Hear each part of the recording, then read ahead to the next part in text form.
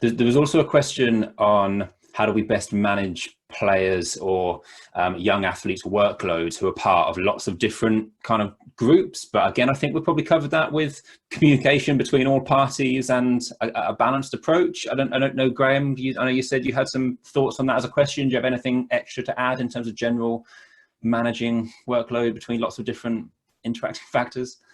Yeah, I guess like Jamie referenced a few bits there, and James as well. Like, I guess from a very pragmatic perspective, the pre-planning, I think, is pretty critical.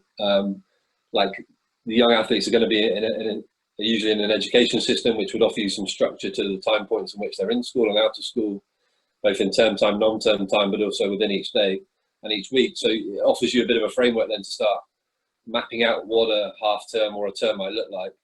And like, from our perspective, we've done a fair amount of work on this with our multi-sport pupils, those who are interacting at representative levels, often in a number of different sports, but also have demands on them in school sports as well.